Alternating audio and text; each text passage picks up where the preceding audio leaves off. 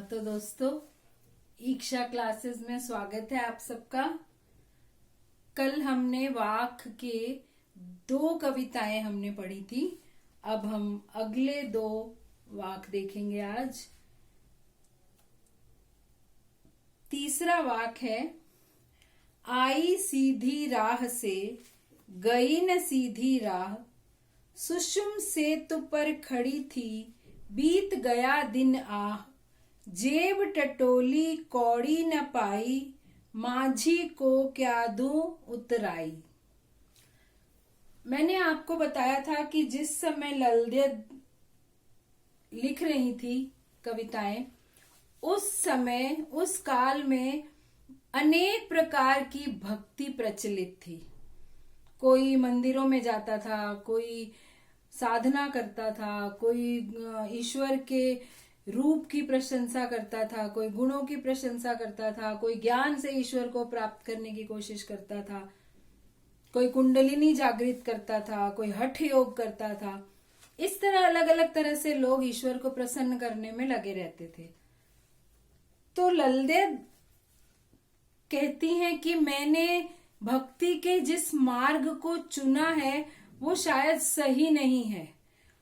वे इस वाक में अपना पश्चाताप बता रही हैं, पछता रही हैं। कह रही हैं कि आई सीधी राह से गई न सीधी राह।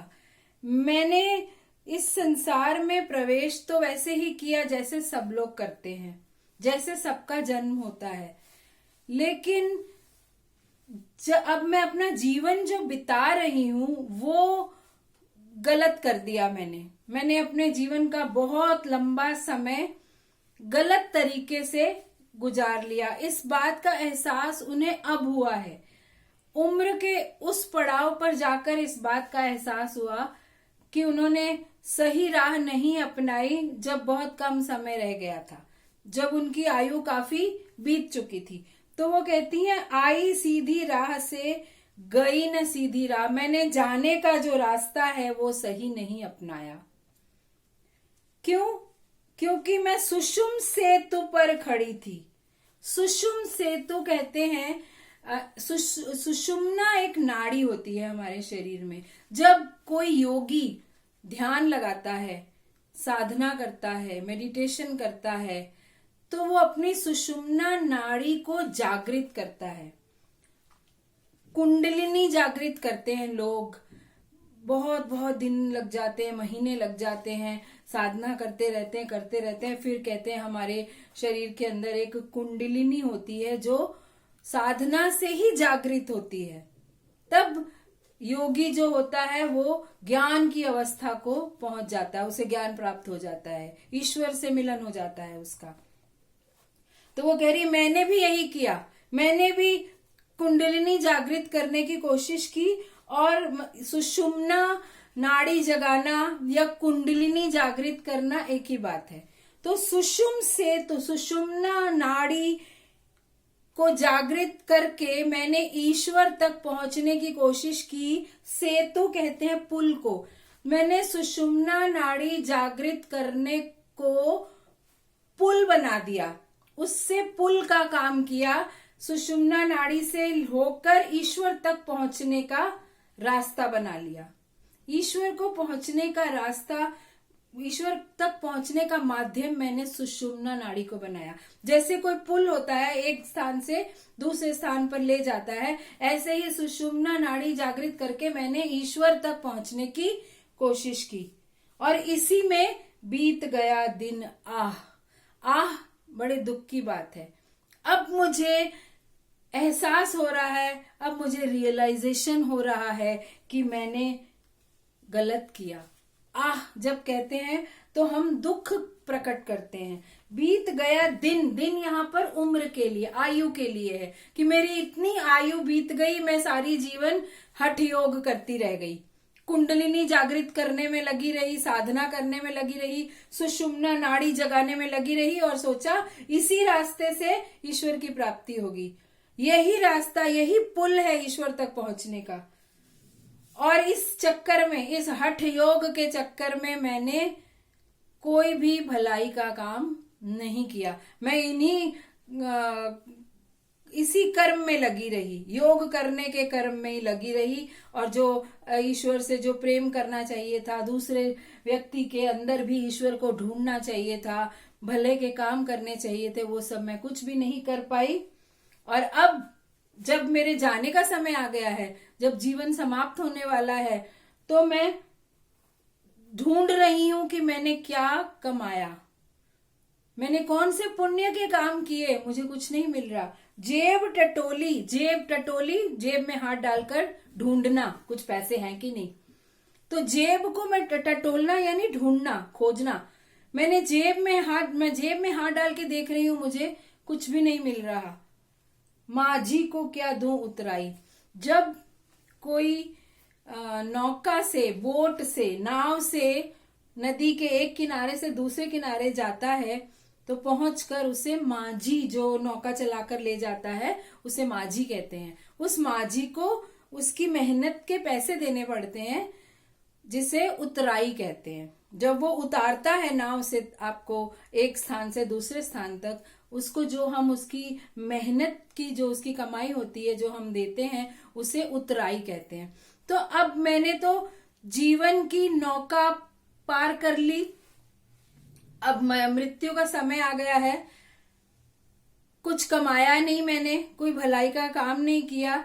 अब माझी मुझसे कमाई मांगेंगे, उतराई मांगेंगे, तो मैं क्या दूंगी। यानी अर्थात ईश्वर के पास जब मैं पहुंच जाऊंगी, जब वो मुझसे पूछेंगे कि तुम्हारे भलाई के कौन से कार्य हैं बताओ, हिसाब दो, तो मैं क्या बताऊंगी। मैंने कोई पुण्य का कार्य नहीं किया, मेरी जेब में कुछ भी नहीं है बताने के लिए कि मैंने ये अच्छे कार्य किए, मैं तो केवल हठ योग में ही लगी रह गई। तो इनडायरेक्टली, अप्रत्यक्ष रूप में कवित्री कहना चाहती हैं कि भक्ति का सही मार्ग पुण्य के काम करना है, अच्छे कार्य करना है, न कि हठ योग करके कुंडलिनी जागृत करो, आंखें बंद करके बैठे रहो। ये भक्ति मार्ग इनके हिसाब से, ललदेद के हिसाब से, ये भक्ति मार्ग नहीं है। हर व्यक्ति की अपनी पसंद है, अपनी चॉइस है किस तरह से भक्ति करनी है, पर ललदेद इस वाक में यही समझा रही हैं कि हठ योग भक्ति का मार्ग सही नहीं। मैंने तो कर लिया और बाद में मुझे एहसास हो गया कि मैं गलत रास्ते पर थी, मुझे पुण्य का काम करना चाहिए था, वही असली भक्ति थी। मैंने सारी जिंदगी यूं ही हठ योग में बिता दी, जो व्यर्थ चली गई। ठीक है, अब अगला वाक देखते हैं। थल थल में बसता है शिव ही, भेद न कर क्या हिंदू मुसलमान, ज्ञानी है तो स्वयं को जान, यही है आखिर, यही है साहिब से पहचान। अब उनको ये बात समझ में आ गई कि ईश्वर हठ योग में नहीं है, ईश्वर साधना करने से नहीं मिलता, ईश्वर तो थल थल में बसता है शिव ही। शिव यहाँ पर ईश्वर के लिए कहा गया है, यहाँ शिव जी के लिए नहीं है, किसी एक देवता के लिए नहीं प्रयोग किया गया है। शिव यानी भगवान, ईश्वर, उसे कोई भी नाम दे दीजिए। तो वो कह रही है कि थल थल, थल थल यानी हर जगह पर, कण कण में, हर स्थान पर, हर स्थल पर बसता है शिव। सब जगह भगवान है, हर जगह भगवान है। केवल हमारे हठ योग में, कुंडलिनी में या सुषुम्ना नाड़ी में भगवान नहीं है, हर जगह पर है। भे इसलिए क्योंकि हर जगह पर है, तो हर इंसान में भी है, चाहे वो कोई किसी भी धर्म का हो, कोई भी हो, कभी गरीब अमीर कमजोर, हिंदू मुसलमान सिख ईसाई बौद्ध जैन, कोई भी हो, सबके अंदर वही भगवान बसता है। इसलिए हे इंसान, भेद ना कर, भेद अंतर, डिफरेंस मत करो, सब एक ही है, कोई फर्क नहीं है इंसानों में। भेद न कर क्या हिंदू मुसलमान, हिंदू मुसलमान में कोई अंतर नहीं है, सब एक जैसे इंसान है और सबके अंदर भगवान रहता है। ज्ञानी है तो स्वयं को जान। अगर तुम अपने आप को ज्ञानी मानते हो या तुम ज्ञानी बनना चाहते हो तो अपने भीतर देखो, स्वयं को जानो। अपने भीतर देखना यानी खुद को पहचानो, ये समझो कि ईश्वर तुम्हारे भीतर है, बाहर नहीं है। कोई क्रिया कांड कर्म कांड करने से, बाह्य आडंबर करने से ईश्वर नहीं मिलेगा, ईश्वर हमारे भीतर है। तो स्वयं को पहचानोगे जिस दिन तुम जब भीतर देखोगे, अपने हृदय में देखोगे, तो तुम्हें पता चलेगा कि ईश्वर हमारे अंदर सच में है। और वही अगर ईश्वर से पहचान बनानी है, ईश्वर को समझना है, ईश्वर से दोस्ती करनी है, ईश्वर से मित्रता करनी है, ईश्वर के साथ रहना है, तो अपने भीतर झांको, अपने भीतर ढूंढो ईश्वर को। और जब हम अपने भीतर ढूंढेंगे और जब हम ये मानेंगे कि हर एक के अंदर भगवान है, ईश्वर है, तो हम कोई भी गलत काम नहीं करेंगे। जब सबके अंदर ईश्वर है तो सभी ईश्वर हो गए, तो सबसे लोग एक दूसरे से सबसे प्रेम से रहेंगे बिना किसी भेदभाव के। तो यही है ईश्वर से पहचान। ईश्वर की पहचान हठ योग से नहीं है, कुंडलिनी जागृत करने से नहीं मिलता ईश्वर। उसकी पहचान कैसे होती है? जब हम अपने अंदर झांकते हैं, जब हम अपने भीतर ढूंढते हैं ईश्वर को, अपने भीतर ही भीतर ईश्वर का नाम लेते हैं और हर एक के अंदर ईश्वर को देखते हैं, तब ईश्वर से सही सच्ची पहचान होती है। तो ये वाक समाप्त हो गए।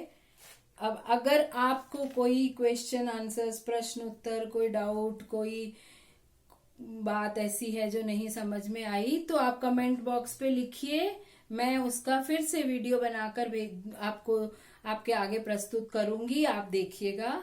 और आपको अच्छा लगता है तो आप जरूर शेयर कीजिए, दूसरों की हेल्प कीजिए।